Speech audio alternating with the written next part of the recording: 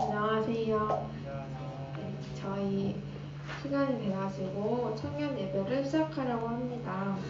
다들 잘 지내셨죠? 네, 저희 코로나가 갑자기 급증해가지고 다음 주부터는 또 이렇게 다 같이 못 나오게 되는데 다들 건강 다들 조심하고 그리고 또 상태 괜찮아지면 다 같이 이렇게 나올 수 있는 예배를 기대하면서 기도를 했으면 좋겠습니다.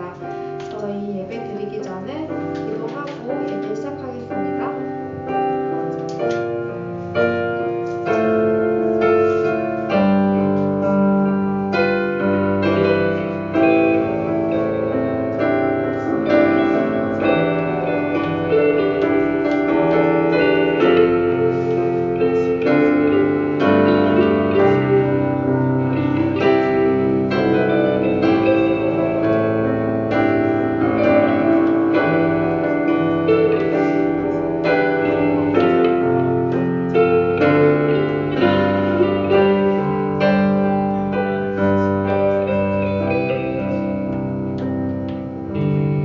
사도신경으로 신앙 고백하겠습니다.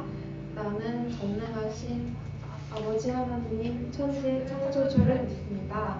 나는 그의 유일하신 아들 우리 주 예수 그리스도를 믿습니다. 그는 성령으로 잉태되어 동정녀 마리아에게 나시고 기묘 빌라도에게 고난을 받아 십자가에 못 박혀 죽으시고 장사된 지 사흘 만에 죽은 자 가운데서 다시 살아나셨으며 하늘에 오르시어 전능하신 아버지 하나님 우편에 앉아 계시다가 거기로부터 살아있는 자와 죽은 자를 심판하러 오십니다. 나는 성령을 믿으며 거룩한 공교회와 성도의 교제와 죄를 용서받는 것과 몸의 부활과 영생을 믿습니다. 네.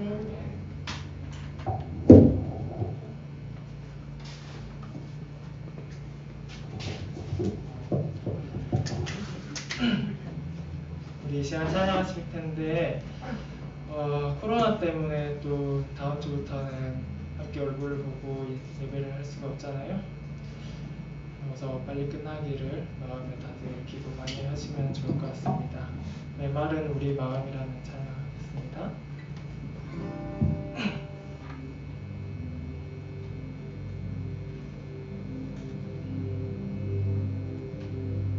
메마른 우리 마음 황폐한 이 땅에 강물 같은 주의 은혜 부어주소서. 성령의 비 내려 우리를 씻으소서.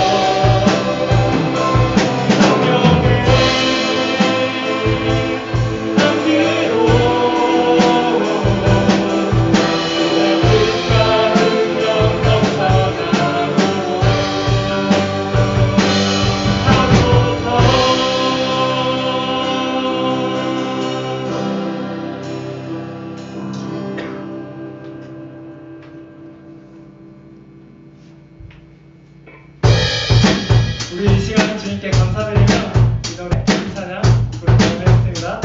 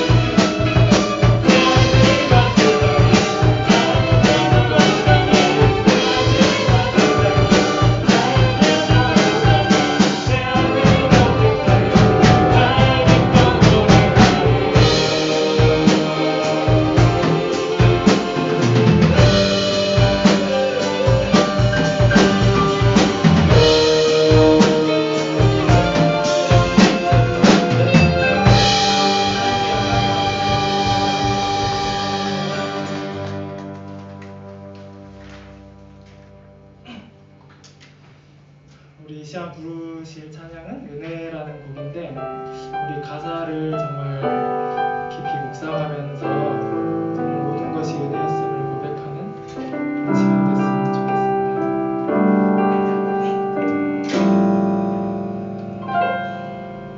내가 두려웠던 모든 것들이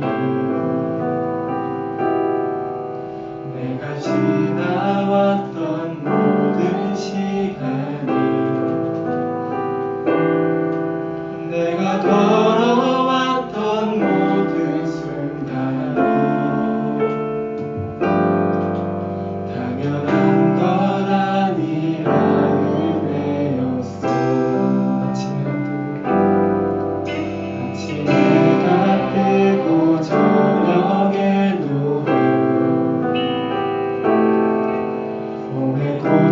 향기와 가을의 열매 변하는 계절의 모든 순간이 당연한 건 아니라 은혜였을 것이 모든 것이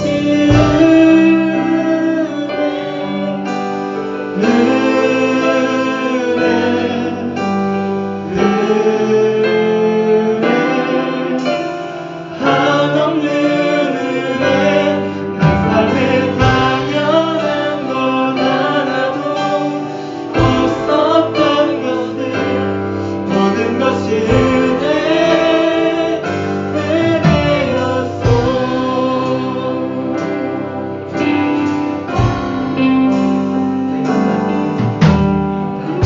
하나님은 자녀로 살고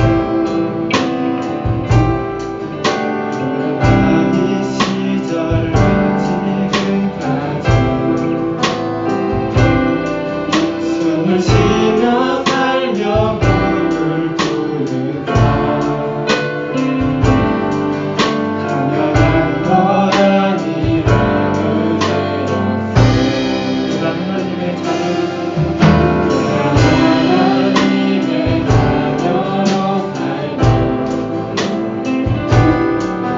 오늘 찬양하고 예배하는 삶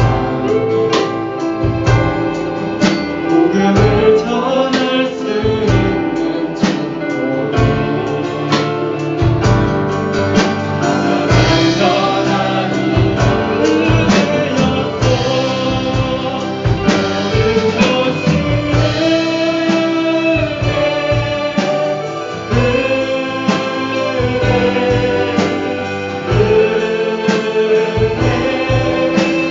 한없는 은혜 삶에 당연한 것 하나도 없었던 것을 모든 것이 은혜였소. 모든 것이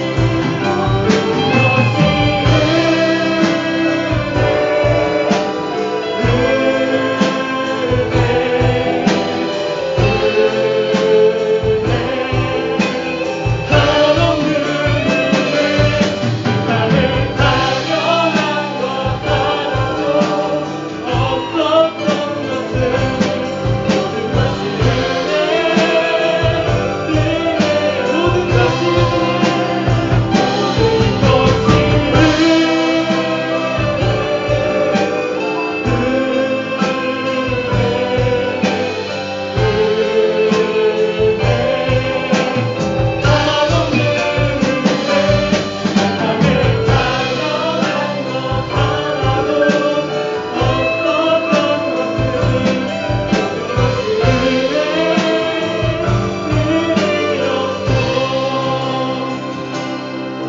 이 시간 기도했으면 좋겠습니다. 정말 이 찬양의 가사처럼 우리가 오늘 찬양하고 예배할 수 있는 것 이것 또한 모든 것이 은혜인데 다음 주 되면은 이 자리에서 찬양하지 못하는 그런 상황이 너무나도 안타깝고 정말 우리를 좌절하게 만드는 것 같습니다. 하지만 하나님은 모든 것을 다스리시고 정말 우리에게 희망을 주시는 분이고 결국 코로나조차도 우리가 결국 은혜였다고 고백할 수 있도록 정말 주님 앞에 감사하며 모든 것이 은혜였음을 고백하는 그런 기도 되겠습니다. 감사합니다.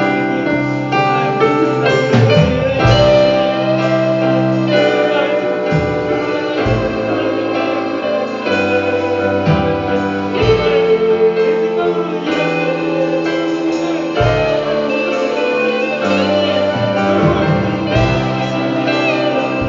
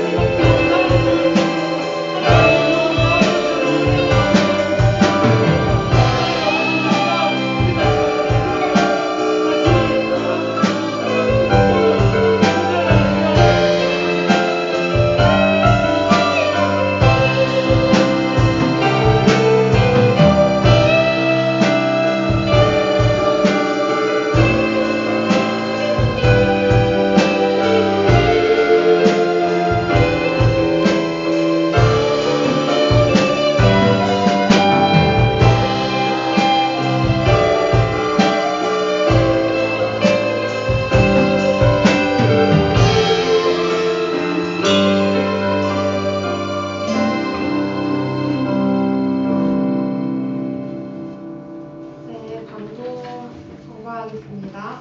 네, 다음 주일부터는 비대면 예배로 전환합니다. 그 필수 인원만 참석해서 예배 드리는 걸로 하기로 했습니다. 그리고 원래는 그 찬양 예배를 오늘 드리는 거였는데 잠정 연기하는 걸로 됐고요. 저희 청년부 수련회는 일단 8월 28일부터 29일 토요일, 주일 이렇게 진행하는 걸로 아직 예정되어 있습니다. 네, 다음 주 대표 기도 순서는 최상희 청년입니다. 네, 기도 준비 부탁드립니다. 네, 저희 이제 헌금 드릴 건데요. 네, 찬양하는 헌금 드리도록 하겠습니다.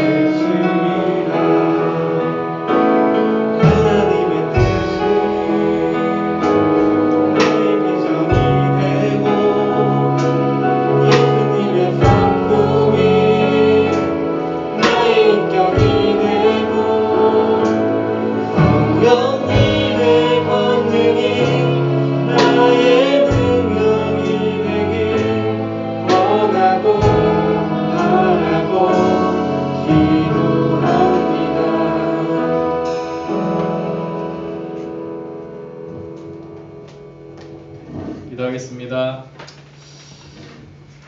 하나님 아버지 은혜를 감사합니다. 오늘 이 시간 우리 또 청년부 예배로 함께 모이게 하심을 감사드립니다. 코로나가 재확산되면서 또 우리가 예배드리기 어려운 상황 가운데 또 있지만 주님께서 우리 청년들의 마음을 붙들어 주셔서 어디에 있든지 하나님을 예배하는 자리를 사모하고 또 우리의 마음의 중심이 하나님을 향할 수 있도록 늘 우리 가운데 은혜를 베풀어 주시고 또 우리를 하나님의 뜻 가운데 인도하여 주시옵소서. 하나님, 또 청년들 중에 몸이 아픈 청년들이 많이 있습니다. 주님께서 건강을 붙들어 주시고 속히 회복하여 또 우리가 건강한 모습으로 또 함께 하나님께 예배할 수 있는 청년들 될 수 있도록 은혜를 베풀어 주시옵소서. 또 오랜 시간 동안 또 만나지 못하고 있는 청년들이 있습니다. 코로나로 인해서 또 개인적인 여러 가지 이유들로 인해서 또 직장과 또 학업의 문제들로 인해서 오랫동안 또 청년부 예배에서 얼굴을 보지 못하는 청년들이 있습니다. 혹시나 또 실족하거나 또 마음이 떠나 있는 청년들이 있다면 주님께서 예배의 자리로 다시 돌아올 수 있도록 그 마음을 붙들어 주시고 어디 있든지 주님께서 그 청년들을 기억하여 주셔서 주님의 한없는 사랑과 은혜로 다시금 그 청년들의 마음을 돌이켜 주시고 하나님께로 인도하여 주시옵소서. 이 시간 하나님의 말씀을 들을 때에 또 우리의 마음을 새롭게 하셔서 주의 말씀을 듣는 가운데 깨닫게 하시고 그 깨달음을 통하여 우리 삶이 변화되게 하시며 성령 하나님께서 말씀을 통해 우리의 삶을 다스리시는 귀한 은혜의 역사들이 있도록 주님께서 말씀 가운데 함께하여 주시옵소서. 우리 청년들 세상 가운데서 살아갈 때에 피곤하고 어려운 일들이 많이 있습니다. 직장에서 또 학업 가운데에서 그 청년들 치열하게 살아갈 때에 주님께서 그곳에서 함께하여 주시옵시고 비록 이 예배 자리뿐만 아니라 우리의 일상 속에서도 하나님과 함께하는 은혜를 누릴 수 있도록 주님께서 우리 청년들과 함께하시고 또 우리 청년들은 평소의 삶 속에서도 하나님께 기도하며 하나님과 동행하는 삶을 살아갈 수 있도록 우리 청년들을 인도하여 주시옵소서. 이 나라와 이 민족을 주님 붙들어 주셔서 참 어려운 상황 속에서 어려운 상황 가운데서 또 이 코로나와 싸우면서 또 경제적인 어려움과 또 여러 가지 고려해야 할 복지와 여러 가지 문제들을 통해서 이 나라를 운영해 나갈 때에 주님께서 위정자들에게 지혜를 주시고 또 우리 대통령을 비롯하여 또 많은 또 여러 가지 행정과 사법과 여러 가지 일들을 맡고 있는 사람들에게 은혜를 베풀어 주셔서 어려운 상황 가운데서도 우리나라가 경제적으로나 사회적으로나 안정적으로 나아갈 수 있도록 도와주시고 또 특별히 북한 땅에 이번 코로나로 인해서 더 많은 어려움들이 있을 줄로 압니다. 주님께서 그 땅 가운데도 은혜를 베풀어 주셔서 속히 그 땅 가운데도 자유의 바람이 불게 하여 주시고 또 복음이 그 땅 가운데 들어가게 하시고 하나님의 은혜가 또 북한의 많은 영혼들을 붙들어 주셔서 또 우리가 평화롭게 하나 될 수 있는 이 나라가 될 수 있도록 주님께서 역사하여 주시옵소서. 또 우리 청년들 경제적으로 어려움 겪지 않게 하시고 그들의 가정을 지켜주시고 그들이 하는 일들과 그들의 계획 가운데 늘 은혜와 또 주님의 채우심으로 함께하여 주시옵소서. 예물 드립니다. 예물이 쓰이는 곳마다 주님의 은혜가 흘러가게 하시고 주님의 사랑이 이루어져가는 역사들이 있게 도와주시옵소서. 감사드리며 예수님의 이름으로 기도드리옵나이다. 아멘.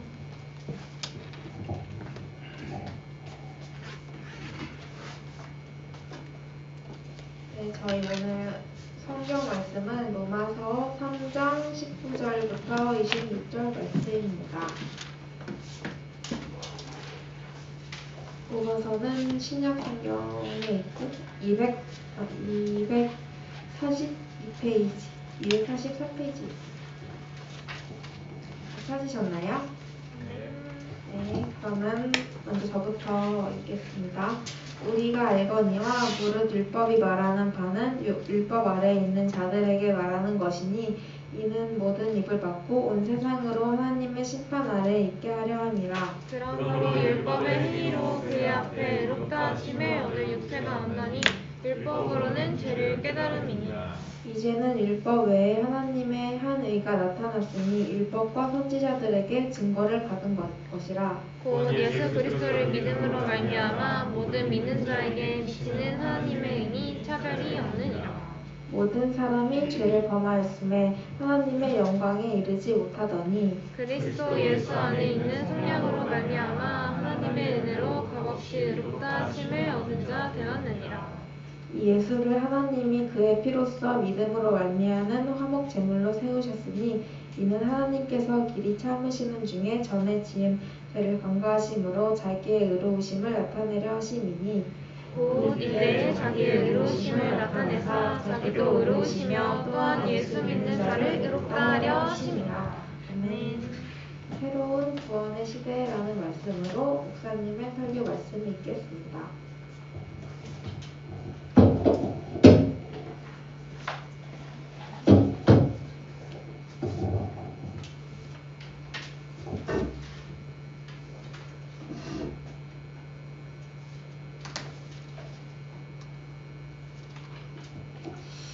네, 반갑습니다. 코로나가 창궐하고 있네요. 네, 1,300명을 넘어가면서 참 힘든 상황 가운데 놓여 있습니다. 그럼에도 오늘 또 이렇게 청년부 예배 나오신 여러분들 환영하고, 원래 오늘은 찬양 예배 드리는 날인데 못 드리게 됐네요. 이 정도 왔으면 그냥 드릴 거예요. 그러니까요. 네, 우리가 선물도 막 되게 열심히 준비하고, 그래서 여러분들에게 선물 패키지도 이렇게 드리는 날이었는데 아쉽게 됐어요. 그래서 우리 다음 주부터서는 또 비대면으로 드려야 되기 때문에 여러분들이 온라인에서 또 만나야 되는 상황이고, 2주 동안은 또 2주 뒤에 어떻게 될지 알 수 없기 때문에 좀 우리가 막막한 상황 가운데 있는데, 어쨌든 찬양 예배는 이 상황이 빨리 끝나는 대로 속히 찬양 예배를 드릴 생각이고요. 그 다음에 8월 말에는 또 우리 수련회가 있잖아요. 그죠? 수련회 토요일하고 주일날 계획하고 있는데 주일날은 또 캠핑도 한강 캠핑도 해야 되고 또 토요일날은 또 열심히 바이블 매뉴얼에 대해서 우리가 공부하려고 하는데 빨리 이 코로나가 방해되지 않도록 기도 많이 해주시기 바랍니다. 그래서 잘 8월달 행사가 진행될 수 있도록 기도해 주시고 격려해 주셨으면 좋겠습니다. 오늘은 로마서 3장 19절에서 26절에 있는 말씀으로 은혜를 나누려고 합니다. 새로운 구원의 시대라는 제목인데 우리가 이 앞에까지는 바울이 주로 죄에 대해서 얘기를 많이 했습니다. 그죠? 앞에서 유대인과 이방인 할 것 없이 모두가 다 죄 아래 있다라고 얘기도 했었고 이 점에서는 유대인도 이방인보다 나을 게 없다. 9절에 보시면 유대인도 이방인보다 나을 게 없다. 결국 또 10절 보시면 의인은 없나니 하나도 없으며 라는 이 시편의 말씀을 인용해서 정말 모두가 다 죄 아래 있음을 얘기했었죠. 사실 이스라엘 백성이 언약 백성이 되었다라는 것, 유대인들이 이스라엘 백성인데 그들이 언약 백성이라는 것은 율법으로 된 것일까요? 하나님의 은혜로 된 것일까요? 뭐라고요? 하나님의 은혜로 된 것이죠. 왜냐하면 율법이 있기 전부터 하나님께서 이스라엘 백성을 구원하셨고 그들을 택하셨고 그들과 언약을 맺으셨기 때문이죠. 그리고 율법은 그 뒤에 주신 것이에요. 그래서 어쨌든 이스라엘 백성은 하나님의 은혜로 언약 백성이 되었어요. 율법이 주어지기 이전에 이미 이스라엘을 하나님께서 택하셨고 구원하셨고 하나님의 백성으로 삼아주신 거예요. 그렇다고 해서 이 언약이 일방적인 언약이냐, 하나님이 그냥 마음대로 이스라엘 백성 택하셔서 그냥 구원해 주신 그런 언약이냐, 그것이 아니라 이스라엘 백성에게도 언약적인 의무가 주어져요. 여러분들 그 언약이라는 거는 그죠? 쌍방간의 언약이라는 것은 서로에게 이 언약에 해당하는 그 의무가 주어지잖아요. 그죠? 갑과 을의 관계 뭐 이런 것처럼 서로에 대한 의무가 주어지는데 이스라엘 백성들에게도 언약적 의무가 주어졌는데 그게 뭐였을까요? 율법에 순종하는 거였어요. 율법에 순종. 그러니까 율법에 순종하면은 내가 너희하고 언약을 맺어줄게 이게 아니라 하나님께서 은혜로 이스라엘 백성들과 언약을 맺으셨는데 하나님의 백성으로 삼아주셨는데 그 언약의 의무 조건이 바로 율법에 대한 순종이라는 것이죠. 율법에 대한 순종은 결국 하나님이 베푸신 은혜에 대한 언약 백성으로서 하나님과 계약을 맺은 언약을 맺은 백성으로서의 합당한 반응이다. 이렇게 말할 수 있는 거예요. 여러분들이 어디 아르바이트 같은 거 가면 어디 또 취직하면 계약서를 쓰잖아요. 그 계약서에 이제 갑이 어떻게 하고 을이 어떻게 하라는 그런 의무 조건들이 다 있잖아요. 그죠? 그래서 뭐 언제부터 몇 시까지 일을 해야 되고 어떻게 일을 해야 되는지 그런 내용이 나와 있는 것처럼 하나님과 이스라엘 백성들도 하나님께서 이스라엘 백성들을 구원해 주시고 보호해 주시고 그들에게 복을 베푸시는 대신 그들은 하나님께 순종하고 하나님의 말씀에 순종하는 백성이 되어야 한다는 것이 이것이 바로 하나님과 이스라엘 백성 사이에 맺은 언약의 모습이에요. 근데 문제는 뭐냐면 이 율법을 하나님이 주셨는데 율법을 가지고 있다고 해서 자동으로 순종하게 되는 것은 아니라는 거예요. 율법을 소유하고 있다고 해서 자동으로 순종하는 백성이 되느냐? 그건 아니라는 것이죠.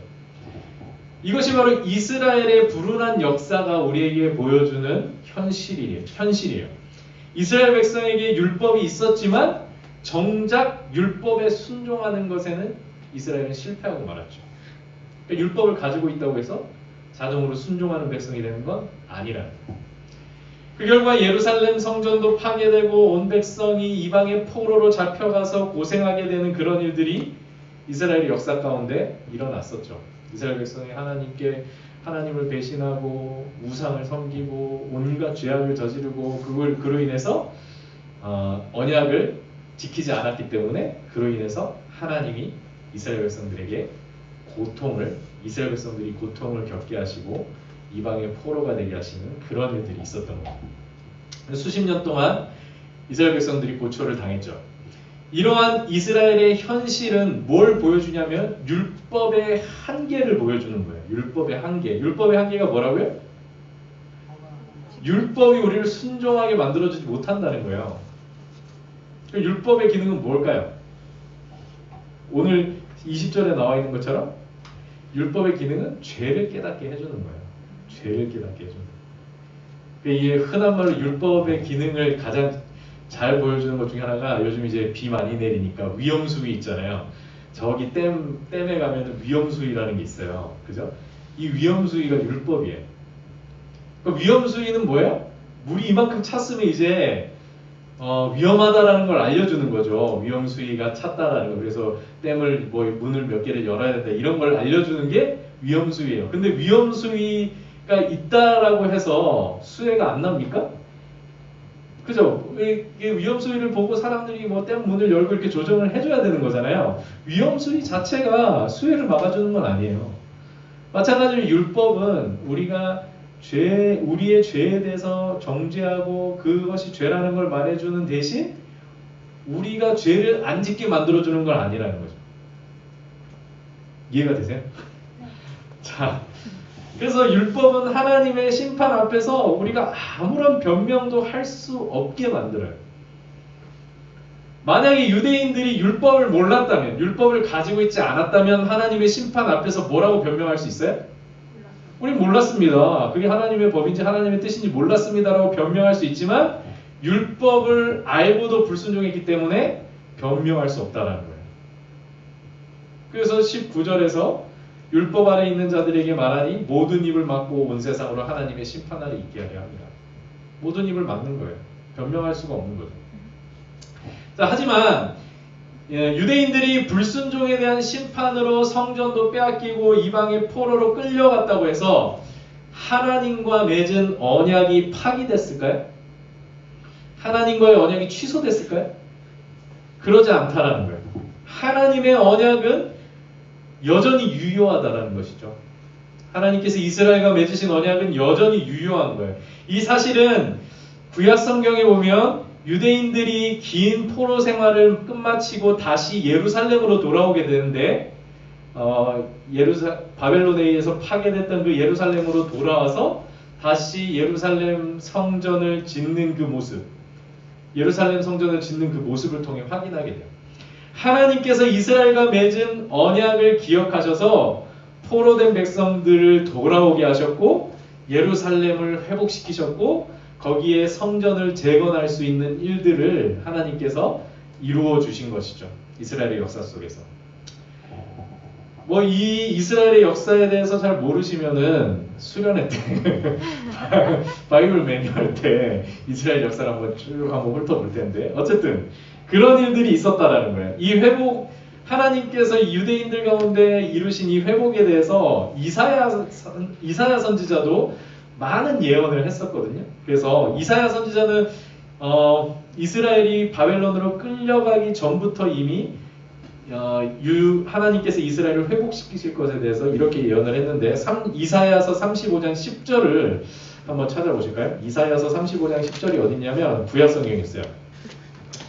이사야는 잠깐만요. 구약 성경 1007면에 있습니다. 구약 성경 1007페이지 이사야서 35장 10절 구약 성경 1007페이지에 있어요. 이사야서 35장 10절 찾으셨어요? 네. 35장 10절을 우리 다 같이 이사야서 35장 10절을 다 같이 읽어보겠습니다. 시작. 여호와의 속량함을 받은 자들이 돌아오되 노래하며 시온에 이르러 그들의 머리 위에 영영한 희락을 띠고 기쁨과 즐거움을 얻으리니 슬픔과 탄식이 사라지리로다. 자, 이 예언을 누구에게 지금 하고 있는 걸까요? 바벨론의 포로로 잡혀가 있는 유다 백성들에게 여호와의 속량, 여호와의 구원을 받은 자들이 돌아오되 노래하면서 시온, 예루살렘을 말하는 거예요. 시온에 이르러 그들의 머리 위에 희락을 띠고 기쁨과 즐거움을 얻으리니 슬픔과 탄식이 사라지리로다. 바벨론의 포로로 끌려가서 고통받는 그 슬픔과 탄식이 사라지고 너희가 기쁨과 희락 가운데 시온으로 돌아오게 될 것이다. 무엇을 통해서? 여호와의 구원을 통해, 여호와의 속량을 통해 돌아오게 될 것이다. 그래요.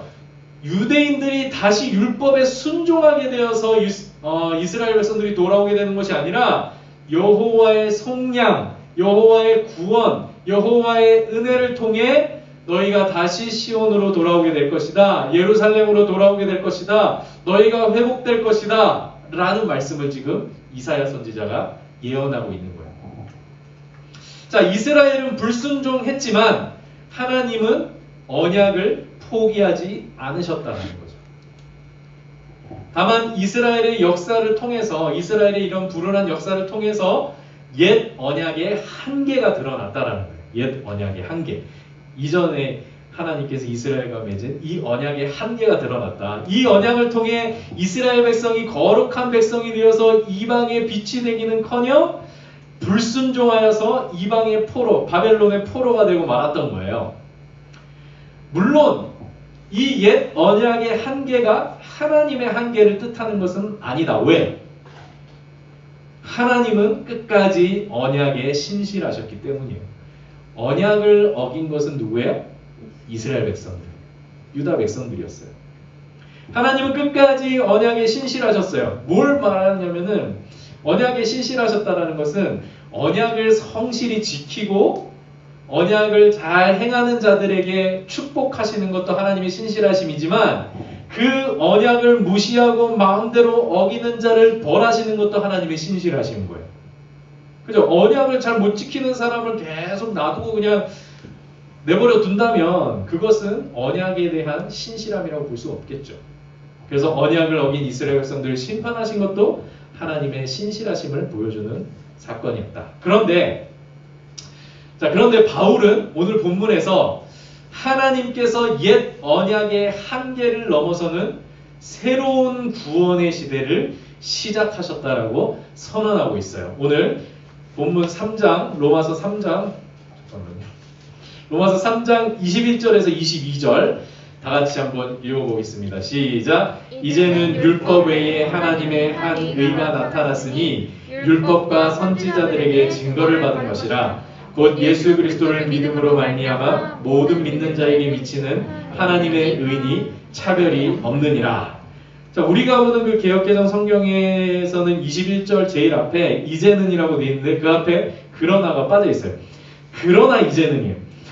옛 언약과 율법이 한계를 드러냈고 유대인이든 이방인이든 모두가 다 죄 아래 있음을 인정하지 않을 수 없게 되었지만 그러나 이제는 율법 외에 율법과 상관없는 하나님의 의가 나타났다라는 거예요. 이게 구원의 새로운 시대에 대한 선언이에요. 그래서 이는 율법으로 대표되는 옛 언약의 한계를 넘어서서 유대인과 이방인 모두가 함께 하나님의 의를 누릴 수 있는 새로운 구원의 시대가 열렸다. 그죠? 그 말을 지금 하고 있는 거예요. 어떻게 그렇다면 모든 사람이 차별 없이 하나님의 의를 누릴 수 있게 되었는가? 유대인이나 율법을 가진 유대인이나 율법이 없는 이방인이나 차별 없이 어떻게 모든 사람이 하나님의 의를 누리게 되었는가? 라고 물어본다면 어떻게 대답하겠어요? 예수 그리스도를 믿는 믿음 안에서. 예수 그리스도를 믿는 믿음 안에서 모든 사람이 차별 없이 하나님의 의를 누리게 되었다. 이 얘기를 지금 하고 있는, 이게 새로운 구원의 시대의 특징이에요. 앞에서 보았듯이 바울 당시의 유대인들은 하나님의 은혜로 언약 백성이 되었고 또한 하나님의 신실하심으로 여전히 언약 백성의 신분을 유지하고 있어요. 맞죠? 그러나 유대인들은 하나님의 은혜와 신실함, 자신들을 아직도 언약 백성으로 남겨두신 하나님의 그 은혜와 하나님의 신실하심을 자랑하기보다 뭘 자랑했다는 거예요? 율법과 할례를 자랑했었다는 거예요. 자기들의 신분의 표지인, 유대인으로서의 신분의 표지인 율법과 할례를 자랑하고 있었다. 자기들이 잘났다는 거예요. 하나님의 은혜와 신실함을 무시하고. 그리고 더 나아가서 이방인들 중에서, 유대인이 아닌 이방인들 중에서 누군가 예수님을 믿게 된 자들, 그리스도인이 된 자들에게 뭐라고 말했냐면 율법과 할례를 강요했다라는 거예요. 너희가 이방인들에게 유대인이 너희가 믿음을 갖게 되었다면 이제는 우리처럼 언약 백성의 표지인 율법과 할례를 행해야만 진정한 언약 백성으로 받아들여질 수 있다라고 주장을 하는 거예요. 믿음만으로는 부족해. 예수 믿는 것만으로는 안 돼. 율법과 할례를 행해야 돼. 그래야만 진정한 하나님의 언약 백성이 되는 거야. 이렇게 말했던 것이죠. 바울은 유대인들의 이러한 주장에 대해 뭐라고 생각을 했냐면 새 언약의 시대, 새로운 구원의 시대가 도래했음에도 불구하고 다시 옛 언약으로 돌아가려는 어리석은 시도라고 본 거예요. 예수 그리스도를 믿는 믿음 안에서 모두가 차별 없이 하나님의 의를 누리는 시대가 도래했는데 그들은 아직도 율법과 할례를 행해야만 하나님의 의를 누릴 수 있다라고 생각을 하고 있기 때문에 옛 언약으로 돌아가려는 시도라는 것이죠. 바울이 강조하는 대로 이 옛 언약은 한계에 부딪혔어요. 바울은 23절에서 뭐라고 말하냐면 모든 사람이 죄를 범하였음에 하나님의 영광에 이르지 못하더니 여기에 말을 덧붙이자면 옛 언약 안에서는 모든 사람이 죄를 범하여 하나님의 영광에 이르지 못했다라는 거죠. 이렇게 옛 언약의 한계를 계속해서 바울은 부각시키고 있는 거예요. 의인은 없나니 하나도 없고 모든 사람이 죄를 범하였으니 하나님의 영광에 이르지 못하였다라고 계속해서 옛 언약과 율법의 한계를 부각시키고 있습니다. 옛 언약 안에서 이방인도 유대인도 모두 죄 아래에 있다라는 것을 확인하게 되었고 심지어 율법으로 인해서 변명조차 할 수 없는 상황이 되었다. 이 얘기를 하는 거죠. 근데 율법도 유대인을 죄에서 구원할 수 없고 유대인도 이방인을 구원으로 인도할 수 없는 이 암울한 상태야말로 옛 언약의 한계를 너무나 잘 보여주는 거예요. 그런데 지금 유대인들은 새로운 구원의 시대에 참여하는 이 이방인들을 다시 옛 언약으로 돌이키려고 하고 있는 것이죠. 아주 잘못된 행동이라고 말하는 거예요. 바울은 이러한 자들을 향해서 지금은 옛 언약의 시대가 끝났고 새로운 구원의 시대가 도래했다 라고 말하고 속히 새로운 시대에 걸맞는 믿음을 통하여 차별 없는 하나님의 의를 누리라고 촉구하고 있는 것이죠. 이 은혜는 율법과 할례를 통해서가 아니라 누구를 통해서 누리는 거예요?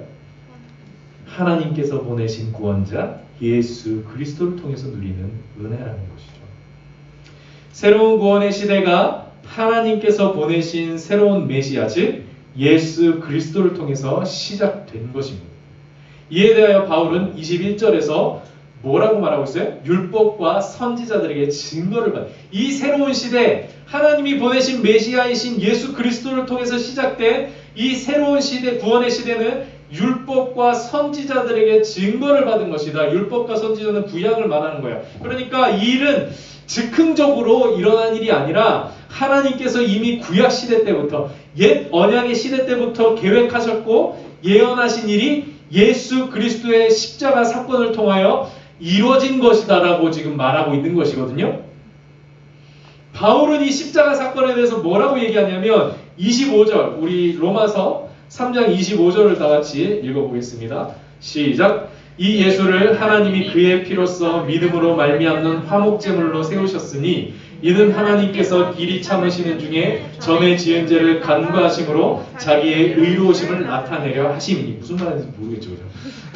이거 무슨 말인지 잘 몰라요. 이 십자가 사건에 대해서 바울이 설명하는 거거든요. 뭐냐면 하나님께서 예수 그리스도를 예수님을 우리의 죄를 대속하시기 위한 제물로 희생 제물로 속죄 제물로 하나님과 화목하게 하는 제물로 세우신 사건이다. 이 얘기를 지금 하고 있는 거예요. 구약의 제사를 예를 들어서 예수 그리스도를 우리의 죄를 대속하기 위한 제물, 희생 제물로 세우신 사건이라는 거예요.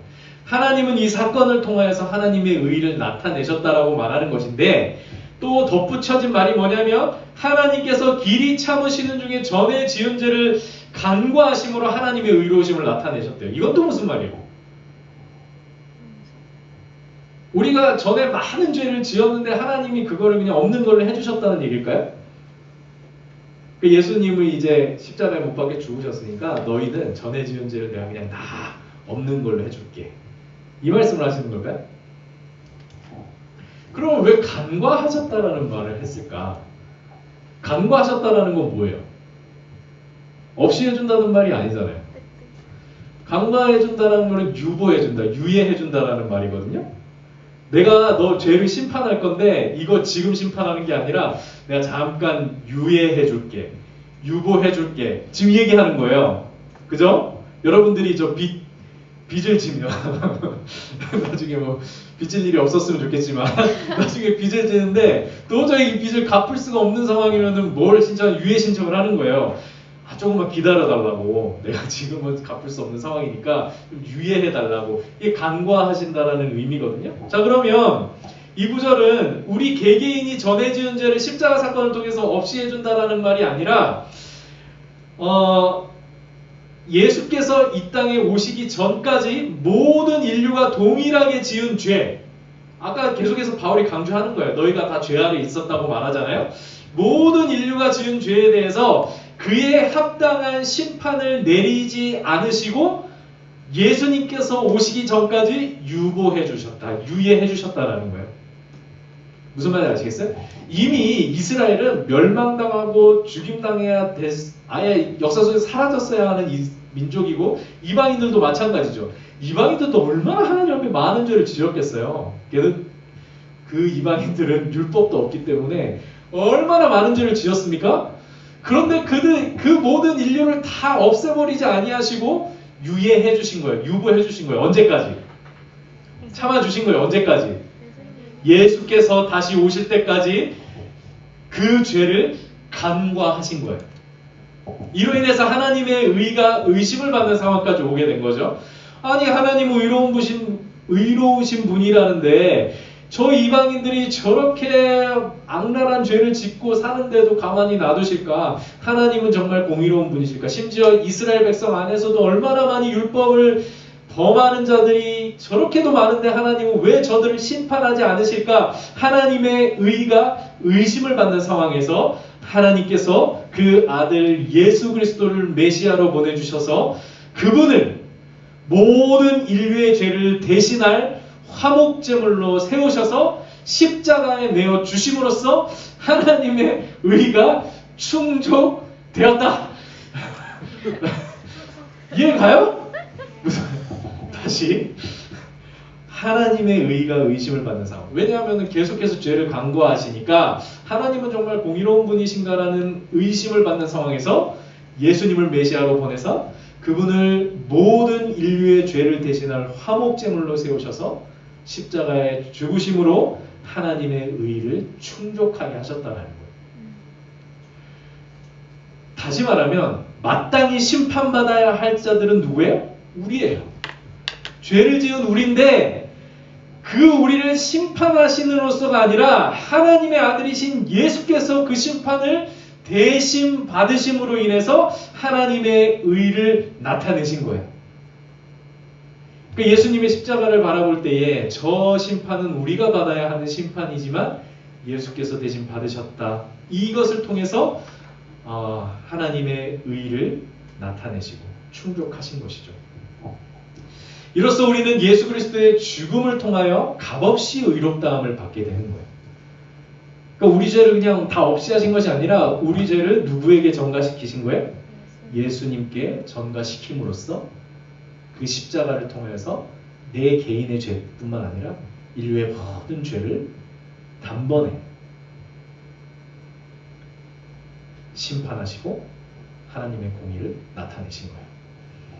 자, 이에 대해서 바울이 25절, 26절에서 이렇게 선언을 했습니다. 3장 25절, 26절 다 같이 읽어보겠습니다. 시작! 이 예수를 하나님이 그의 피로써 믿음으로 말미암는 화목제물로 세우셨으니 이는 하나님께서 길이 참으시는 중에 전에 지은 죄를 간과하심으로 자기의 의로우심을 나타내려 하심이니 곧 이때에 자기의 의로우심을 나타내사 자기도 의로우시며 또한 예수 믿는 자를 의롭다 하려 하시며.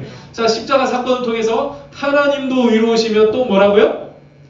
예수 믿는 자들도 의롭다 하신 거예요. 그 사건이 십자가 사건이에요. 예수께서 우리의 죄를 대신하여 죽으셨기 때문에 우리도 그 의를 입게 되는 것이죠. 하나님의 의가 충족되고 우리도 값없이 의롭다함을 입게 된 사건이 뭐라고요? 예수 그리스도의 십자가 사건이라는 거예요. 이 새로운 구원의 시대에는 이처럼 예수 그리스도의 죽음을 통하여 하나님의 의가 나타났을 뿐만 아니라 예수를 믿는 우리도 그분의 죽음 안에서 값없이 하나님의 의를 누리게 되는 것이죠. 율법과 할례가 아니라 예수를 믿는 믿음으로 모두가 함께 차별 없이 누리는 은혜라는 거예요. 오늘 우리 은혜 찬양했잖아요, 그죠? 우리 역시 예수 그리스도를 믿는 믿음으로 새로운 구원의 시대에 참여하게 되는 것이죠. 그래서 참여할 뿐만 아니라 값없이 하나님의 의를 누리는 자가 되었다. 이 말을 하고 있는 거예요. 하나님의 의를 누린다는 건 그럼 무슨 말일까요? 하나님의 의를 누린다? 하나님께 값없이 의롭다함을 받았다? 이건 무슨 말일까요? 하나님의 의에 반대되는 개념은 하나님의 진노, 하나님의 심판이에요. 그래서 하나님의 진노 아래 살게 되는 것이 아니라 하나님의 의를 누린다는 말은 우리를 의롭다 하시는 하나님의 은혜 아래 사는 자들이라는 뜻이에요. 이게 하나님의 의를 누리게 된다는 뜻입니다. 이전에는 하나님의 은혜와는 무관한 자였지만 이제는 우리를 의롭다 하신 하나님의 은혜 아래서 살게 되었다라는 걸 말하는 것이죠. 근데 우리가 그렇다면은 하나님의 의를 누리는 삶은 어떤 특징을 가질까요? 우리가 세상에서 살아갈 때 겉으로 보면 우리가 하나님의 의를 누리고 있다는 걸 어떻게 알 수 있을까요? 세상 속에서. 여러분 어떻게 알아요? 내가 하나님의 의를 누리고 있다라는 거. 하나님의 은혜 아래서 살고 있다라는 거. 여러 가지 특징들이 있겠죠. 근데 겉으로 볼 때는 우리의 삶이 믿지 않는 자들과 별 차이가 느껴지지 않아요. 그래서 우리가 과연 내가 새로운 구원의 시대를 살고 있는지, 내가 과연 하나님의 의를 입은 자인지 이게 구별이 안 가는 것이죠. 겉으로 볼 때는. 그래서 의심이 드는 거야. 내가 새로운 구원의 시대를 살고 있는 것일까? 하지만 하나님의 진노 아래 사는 삶과 하나님의 은혜 아래 사는 삶은 엄청난 차이를 가지고 있다는 것을 오늘 본문이 우리에게 말해주거든요. 어느 슈퍼에서 한 아이가 들어와요. 어느 슈퍼에 한 아이가 들어와서 진열되어 있는 과자도 마음대로 까먹고 카운터에 있는 돈까지 꺼내서 가요. 그런데 사장님은 그 아이를 그냥 보고만 있어요. 문제, 이 아이의 정체는 뭘까요? 1번 동네 양아치, 2번 알바생, 3번 사장님 아들. 네. 2번이라고. 이거 알바생 카운트 돈 마음대로 꺼내가도 돼요? 3번 사장님 아들이겠죠. 사장님 아들이면 이 아이의 행동과 사장님의 행동이 이해가 가요. 용납이 되는 거죠. 그죠? 그런데 사장님의 아들이 아니라면 어떤 상황이 벌어지겠어요? 경찰한테 잡혀가는 거죠. 우리가 예수를 믿는 믿음 안에서 하나님의 의를 누리는 삶이 이와 같아요. 이 삶은 우리를 의롭다 부르시고 우리를 자녀로 삼아주신 하나님의 은혜와 자비 속에서 살아가는 삶이에요. 그러니까 하나님의 은혜와 자비 속에서 살아가는 삶인데 이것이 바로 믿는 자와 믿지 않는 자의 결정적인 차이라는 것입니다. 우리가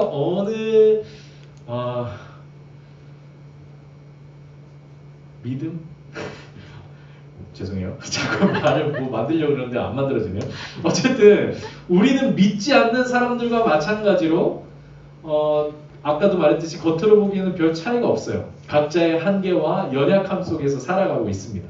예수를 믿는다고 해서 이런 연약함과 한계가 극복되는 것도 아니에요. 또한 우리는 믿지 않는 자들과 함께 여러 고난과 어려움을 겪으면서 살아가요. 예수를 믿는다고 해서 이런 고난과 어려움들이 피해가는 법도 없습니다. 아니 오히려 예수를 믿음으로 인하여서 겪지 않아도 될 부당하고 억울한 일들을 종종 겪게 돼요. 특히 요즘 코로나 같은 시대에는 더욱 그렇죠.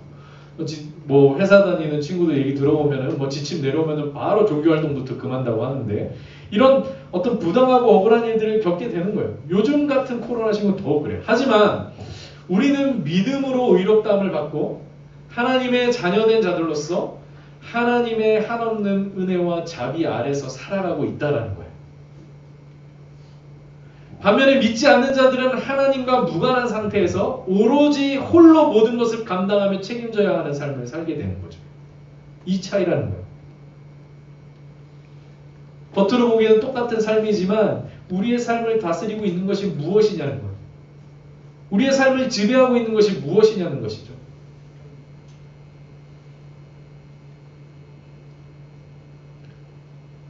믿지 않는 자의 삶은 앞에서 말한 것처럼 죄 아래 사는 삶이요, 그로 인한 하나님의 심판을 피할 수 없는 삶이라는 것이죠.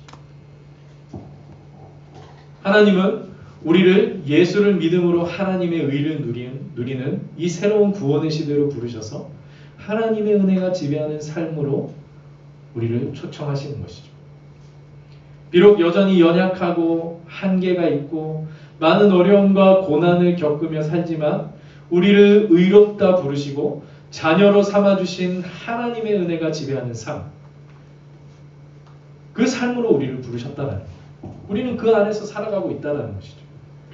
이 은혜를 누리고 이 은혜를 자랑하고 이 은혜를 전하는 삶을 살아가도록 우리를 부르신 거예요. 믿는 자들과 믿지 않는 자의 삶의 차이를 여러분들 아시겠어요? 겉으로 보기엔 똑같지만 우리의 삶을 지배하고 있는 것, 우리의 삶을 채우고 있는 것, 우리의 삶과 동행하고 있는 것이 무엇이냐는 거예요.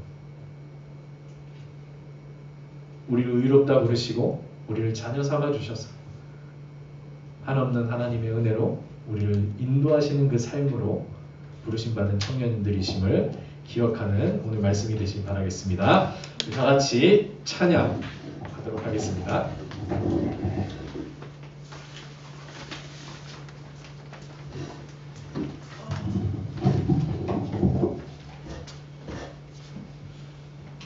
아직 내게 많은 아픈 게 없지만 함께 찬양하겠습니다.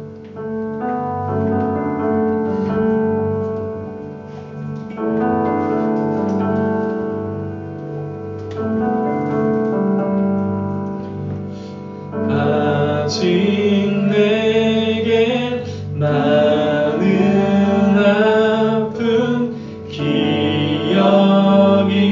있지만 주를 향한 나의 노래 멈출 수 없네. 아직 내게 말하죠. 아직 내게 많은 질문 남아있지만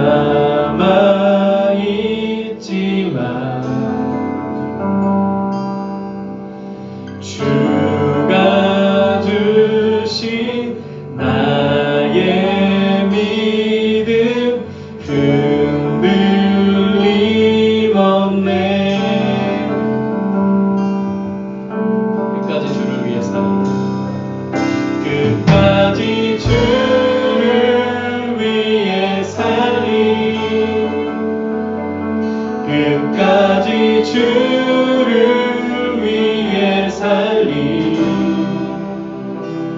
끝까지 주만 위해 살리,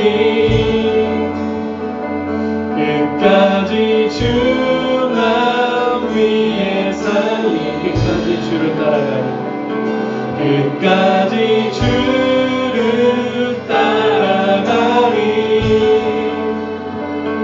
끝까지 주를 따라가리, 끝까지 주만 따라가리, 끝까지 주만 따라가리. 다시 한번 아직 내게 많은 아픔이 있지만 아직 내게 많은 아픔 기억이 있지만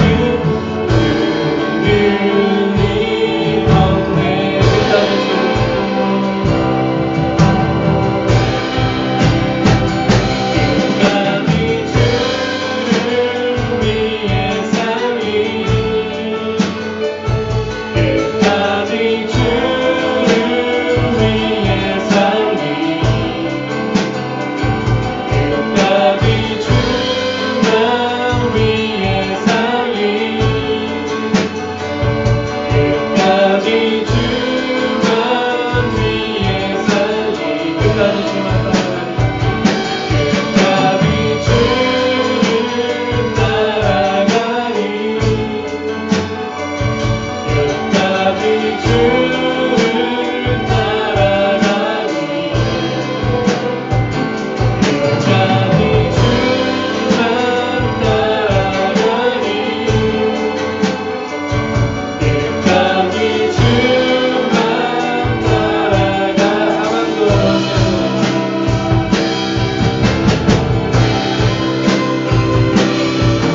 사망도 권세도 이 세상 무엇도 날 끊을 수 없네. 높음도 깊음도 이 세상 누구도 날 끊을 수 없네. 사망도 권세도 이 세상 무엇도 날 끊을 수 없네. 높음도 깊음도 이 세상 누구도 날 끊을 수 없네. 끝까지 주를 위해 살리 끝까지 주를 위해 살리 끝까지 주만 위해 살리 끝까지 주만 위해 우리 마지막으로 끝까지 주를 따라가니 끝까지 주를 따라가니 끝까지 주를 따라가니 끝까지 주만 따라가니 끝까지 주만 따라가니. 이제 우리 함께 기도합시다. 제가 기도하겠습니다. 하나님 아버지, 오늘 말씀을 통하여서 우리가 하나님의 은혜 아래 살고 있다라는 것, 우리를 의롭다 부르시고 우리를 자녀로 삼아주신 하나님의 그 은혜 아래 살고 있다라는 것을 다시 한번 마음에 새기고 깨닫게 하여 주심에 감사드립니다. 더 이상 우리가 나 혼자 모든 것을 책임지고 나 혼자 모든 것을 감당해야 하는 삶이 아니라 우리를 자녀 삼아주신 하나님의 그 은혜와 자비 아래서 오늘도 믿음으로 하나님의 의를 누리며 살아가는 주의 백성임을 기억하는 시간 되게 하여 주시옵소서. 더 이상 우리를 죄인으로 대하지 아니하시고 하나님의 의로운 자녀로 우리를 대해 주시며 그 자녀들에게 필요한 모든 것을 공급하여 주시고 그 모든 발걸음 가운데 함께 하시는 하나님의 사랑과 자비가 오늘도 우리의 삶을 감싸고 있으며 우리의 삶 가운데 함께하고 계심을 우리가 기억하며 오늘도 믿음으로 주님을 따르고 믿음으로 주를 위해 살아가는 우리의 삶이 되게 하여 주시옵소서. 아직 많은 질문들이 남아있고 많은 아픈 기억들이 있으며 또 우리 앞에 많은 어려움들이 고난들이 한계가 놓여져 있지만 우리를 사랑하시는 그 하나님의 은혜로 인하여 오늘도 우리가 그 은혜를 힘입어 그 은혜 안에서 한 걸음씩 믿음으로 나아가는 우리의 삶이 되게 하여 주시옵소서. 한 주간의 삶도 주님께 의탁하며 또한 코로나로 인해서 많은 어려움 속에서도 지켜주시고 함께하여 주실 것을 믿으며 우리를 자녀 삼아주신 하나님의 그 사랑을 의지하는 마음으로 한 주간 또 살아갈 수 있도록 은혜로 함께하여 주시옵소서. 감사드리며 예수님의 이름으로 기도드리옵나이다. 아멘. 수고하셨습니다.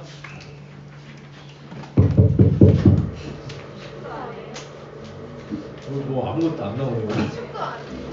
아, 축도 안 했어요? 죄송합니다. 오늘 기도로 마칠게요.